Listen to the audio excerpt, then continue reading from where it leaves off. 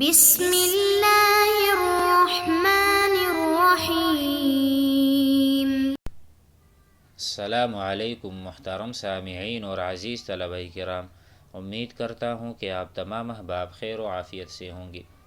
آج کا ہمارا سبق نمبر 94 ہے، جس میں ہم بعض بنی جہینہ کو پڑھیں گے، یعنی بنو جہینہ کے بعض آدمیوں نے یا کسی شاعر نے یہ اشعار کہے ہیں اور پڑھے ہیں۔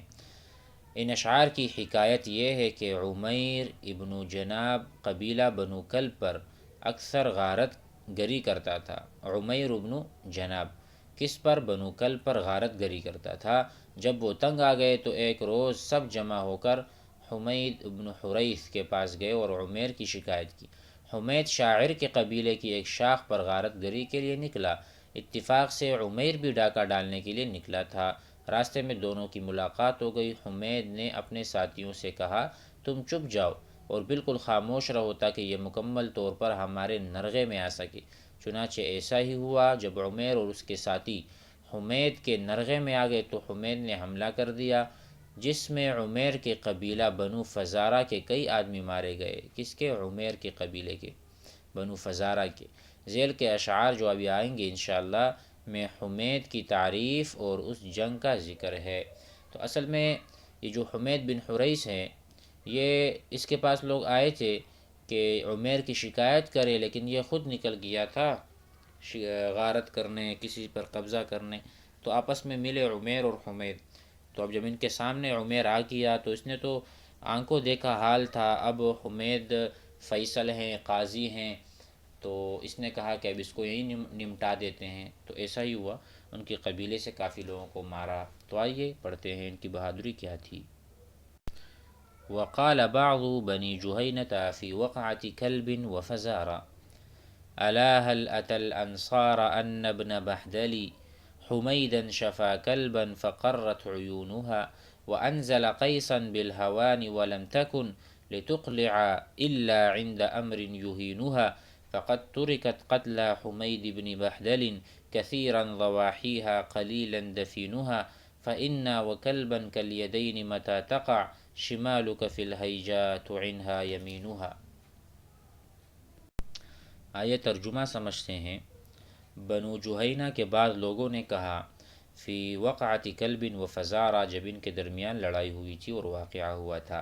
الا هل اتى الانصار، الا سنو، تنبیہ کے لیے آتا ہے۔ الا هل بلغت، اسی طرح الا سنو اور توجہ کرو، تنبیہ ہے۔ هل اتى الانصار ان ابن، کیا انصار کے پاس، انصار سے مراد انصار قیس مراد ہے، کیونکہ بنو کلب جو قبیلہ تھا ان پر عمیر غارت کیا کرتا تھا، بنو کلب پر۔ تو یہاں انصار قیس بھی اسی سے ہیں۔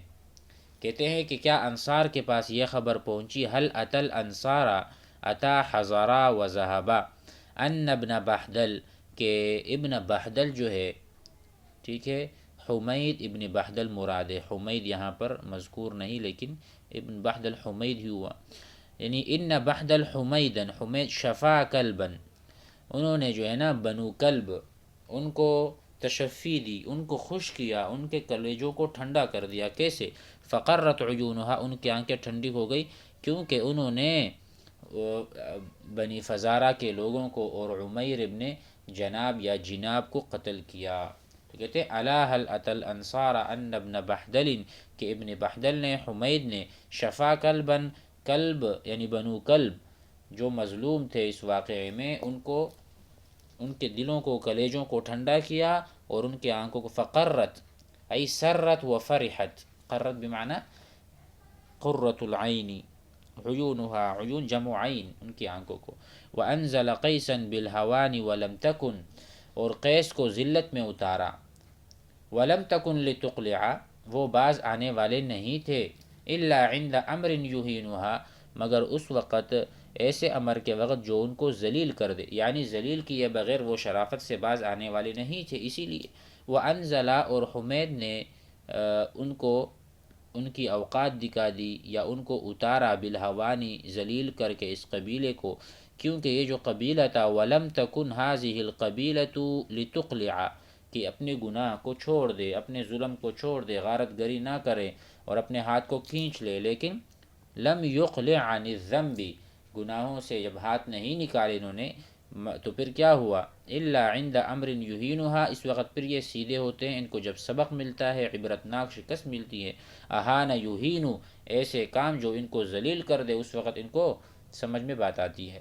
فقد ترکت قتل حمید بن بہدل، حمید بن بہدل کے ہاتھوں کے مقتول اس حال میں چھوڑے گئے کہ دھوپ میں کھلے پڑے ہوئے زیادہ اور مدفون کم تھے۔ کہتے ہیں ترکت قتلا، قتلا بمعنی مقتولین، جن کو قتل کیا، ترکت ای ادھر ان کو چھوڑ دیا، ترکا یترکو اترک چھوڑ دو، تو ترکت قتلا، مقتولون کو وہاں پر چھوڑ دیا تھا حمید ابن بہدل نے، کثیراً بہت زیادہ، ضواحیہا، ضواحیہا کا جو ترجمہ ہے وہ ہے ہر شے کا کھلا ہوا حصہ، یعنی فی ضواحی المدینتی، فی نواحی المدینتی، اطراف المدینہ، شہر کے کناروں پر، صحرا میں اور خالی جگہوں میں ان کو بہت زیادہ مقتولین پڑے ہوئے تھے۔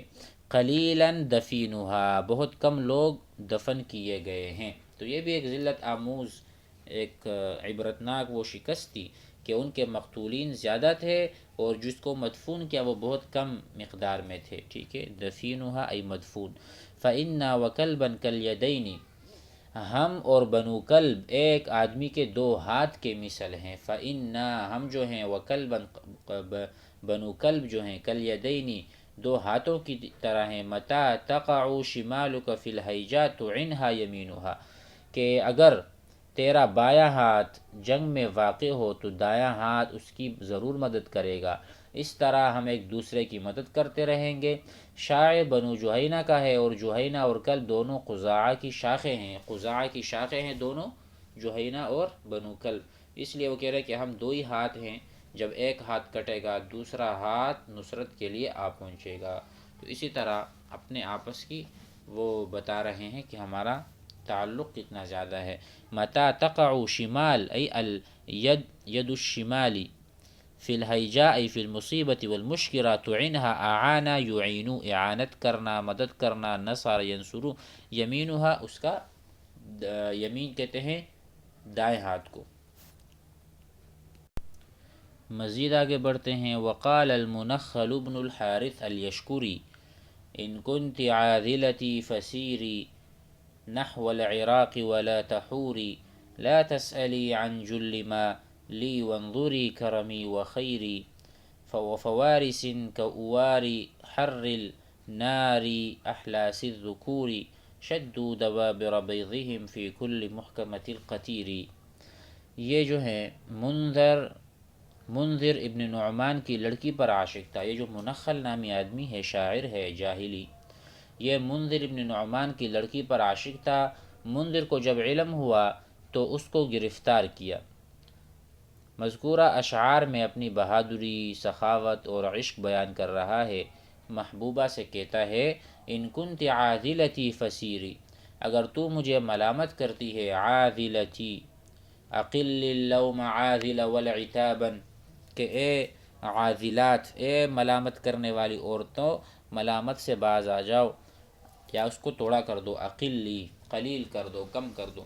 یہاں پر بھی وہی ہے، ان کنتی عاذلتی، اگر تم مجھے ملامت کرتی ہو، فسیری، تو آپ چلی جاؤ، نحو العراقی، عراق کی طرف، ولا تحوری، الحور الرجوع، اللہم انی اعوذ بک من الحور بعد الکور، یہ دعا ہے، ہم اسے پڑھتے رہتے ہیں۔ تو الحور بمعنی رجوع، تو کہتے ہیں اگر آپ مجھے ملامت کرتی ہو اے میری محبوبہ، فسیری، تو پھر آپ اپنا راستہ اختیار کرو، نحو العراقی، الی العراقی، الی طرف العراقی، ولا تحوری، ولا کر، لا تکر، لا کر یکر، یکر یکر، لا تکری، ٹھیک ہے۔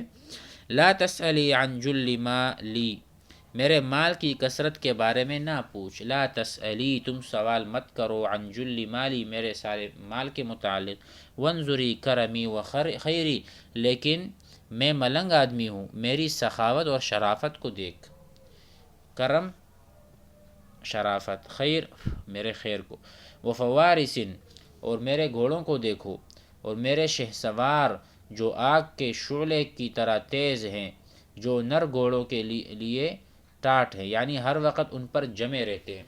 وہ فوارسن، اور میرے شہ سواروں کو دیکھو، کا اوارن کا لہب، لہب کہتے ہیں چنگاری، اور شعلوں کی طرح تیز ہیں، حر الناری، جس طرح آگ کی تیزی ہوتی ہے اس طرح یہ بھی تیز ہیں جو میرے شہ سوار ہیں۔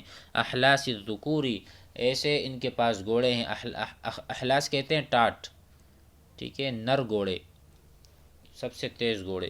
شدوا دوابر بیضہم، جنہوں نے اپنے خودوں، یہ جو بیض ہے نا، بیض یہ خود کو کہتے ہیں، اور زرہ کی کیلیں اور میخیں، یہ قطیر جو آگے آ رہا ہے، تو کہتے ہیں شدوا دوابرا، جنہوں نے اپنے خودوں کے پچھلے حصوں کو ہر مضبوط کیلوں والی زرے سے باندھ لیا ہے تاکہ خود کہیں سرے سے گر نہ جائے۔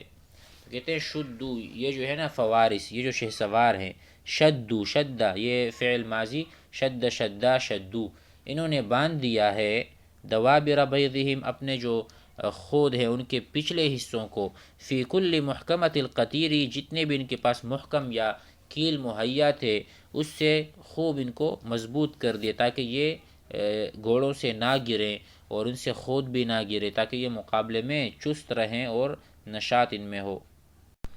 وَاسْتَأْلَمُوا وَتَلَبَّبُوا إِنَّ التَّلَبُّبَ لِلْمُغِيرِ، اور انہوں نے زریں پہنی ہیں۔ استعلم، استعلم یستعلم کے معنی آتے ہیں لبس اللأمۃ، اللأمہ کہتے ہیں زرے کو، تو جب ہم کہیں گے نا استلأموا تو طلب المأخذ، آپ نے پڑھا ہے استفعال میں کیا ہوتا ہے، طلب المأخذ ہوتا ہے نا، استنصر نصرت کو طلب کرنا، استلأم لأمہ، اللأمۃ معناہ زرہ، تو انہوں نے زریں پہنی ہوئی ہیں۔ وتلببوا، تلبب کا معنی ہے کمر کسنا اور مستعد ہونا۔ استلأموا وتلببوا، تلببوا معنی من لبیک، لبا یلبی، لبیک کہنا، اپنے آپ کو آگے، اجابت الدعوہ، آگے بڑھنا، کسی کے ہاں میں مطلب کوئی کہے کہ فلاں کام کر لو، تو کہہ رہے جب انہوں نے کمر کس لی اور باندھ لی ہیں چیزیں، زریں پہن لی، فتلببوا استعدوا، تو مستعد ہوئے۔ ان التلبب للمغیر، بے شک کمر کسنا غارت گری کرنے والے کا کام ہے، جو بہادر ہوتے ہیں۔ مغیر، اغار یغیر، اغار علی مکان، اغار علی مکان، کسی بھی جگہ پر حملہ کرنا، غارت گری کرنا۔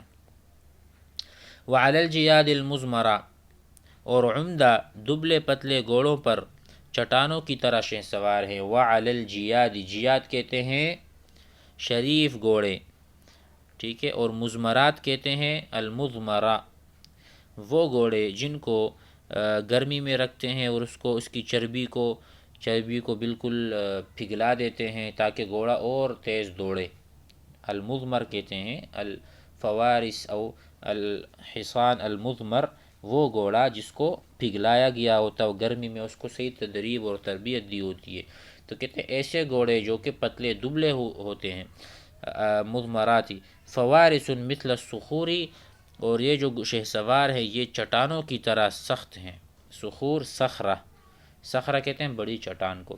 یخرجن من خلل الغبار، اور وہ غبار کے درمیان سے نکلتے ہیں۔ یخرجنا، یہ جو گھوڑے ہیں جیاد ہیں، یہ غبار میں سے نکلتے ہیں بہت تیزی سے، صفوں میں سے، جنگ کے جتنے بھی لشکر ہو اس میں سے نکلتے ہیں۔ من خلل الغباری، وہ غبار کے درمیان سے نکلتے ہیں، اور بہت سارے اونٹ تیزی کے ساتھ لے جاتے ہیں۔ یجفن بالنعم، یجفنا وجفا یجفو، تیز جانا، تو یہ بہت تیز جاتے ہیں۔ یجفنا یجرینا یرکضنا بالنعم، نعم کہتے ہیں چوپائے، تو چوپائے میں یہاں مراد کیا ہے، اونٹ ہیں، تو بہت زیادہ اونٹ یہ لے جانے والے ہیں۔ جب مال غنیمت بچتا ہے تو اس میں بہت سارے اونٹ ہوتے ہیں۔ اقررت عینی من اولئک، یہاں کہتے ہیں میں نے ان سب شہ سواروں سے اور ان عورتوں سے جن نے عنبر کی خوشبو مہک رہی ہے، جن سے اپنی آنکھیں ٹھنڈی کی ہیں، یعنی شہ سواروں کو قتل کر کے اور ان کی عورتوں کو باندھی بنا کر میں نے اپنی آنکھیں ٹھنڈی کی۔ اقررت عینی، میں نے اپنی آنکھ ٹھنڈی کی، من اولئک، ان شہ سواروں سے جنہوں میں نے قتل کر دیا، والفوائح بالعبیری، اور ایسی عورتیں جن سے عبیر کی اور عنبر کی خوشبو آتی تھی، جو ان کی بیویاں تھی شہ سواروں کی، ان سے بھی اپنی آنکھیں میں نے ٹھنڈی کی، ان کو باندھی بنا کر۔ وَإِذَا الرِّيَاحُ تَنَاوَحَتْ، وَإِذَا الرِّيَاحُ تَنَاوَحَتْ، یہاں مراد ہے کہ ہواؤں کا تیز چلنا۔ جب ہوائیں تیز چلتی ہیں، تناوحت ای من کل جہت، من کل جانب ومن کل صوب، ہر طرف سے تیز ہوائیں ٹوٹتی ہیں، چلتی ہیں، بجوانب البیت الکثیر، کسی بھی ٹوٹے ہوئے گھر کی طرف۔ تو کیا ہوتا ہے؟ الفیتنی حش الیدین بمری قدحی او شجیری، تو آپ کیا، تو مجھے ہلکے ہاتھوں والا پائے گا، قمار بازی کے اپنے تیر کو اور مستعار تیر کو گھمانے کے لیے۔ مقصد ان دونوں شعروں کا یہ ہے کہ جب قحط کا زمانہ ہو اور مختلف سمت بدحالی کی ہوائیں چل رہی ہوں، تو میں ایسے کڑے وقت میں بھی قمار بازی کرتا ہوں، جو انتہائی درجہ سخاوت کی علامت ہے۔ اس میں اپنی سخاوت بیان کی ہے، آگے عشق بیان کر رہا ہے جو آگے آئے گا۔ الفیتنی، آپ مجھے پاؤ گے، وجدتنی، وجدہ، دیکھو، حش الیدین ای کثیر الانفاق، و حش کہتے ہیں نرم، ڈھیلا، ہلکا، یعنی ہلکے ہاتھ والا، میرے ہاتھ بھاری نہیں ہوتے، یعنی میں بخل نہیں کرتا، میں پیسے جمع نہیں کرتا، بلکہ میں خرچ کرتا ہوں ایسی حالت میں جب بہت تیز ہوائیں طوفانی اور ہر طرف جو ہے نا قحط ساری ہو۔ بمری، مری کہتے ہیں یہاں پر بھی اجالتی، میرا ہاتھ چلتا رہتا ہے، میں خرچ کرتا رہتا ہوں۔ قدحی ای سہمی، میں اپنا جتنا مجھ سے ہو سکے میں وہ دے رہا ہوتا ہوں، لیکن قدح یہاں سے مراد ہے سہم المیسر، یعنی قمار، جوا اور قمار کھیلتا ہوں۔ او شجیری، اس کے علاوہ یہ ہے کہ او شجیری، شجیر کے معنی ہے اجنبی، مسافر اور تلوار کے۔ امید ہے کہ آج کا سبق آپ حضرات کو سمجھ میں آ گیا ہوگا۔ مزید جو اشعار باقی ہیں اس شاعر کے، اس کو آگے سبق میں لیں گے۔ السلام علیکم۔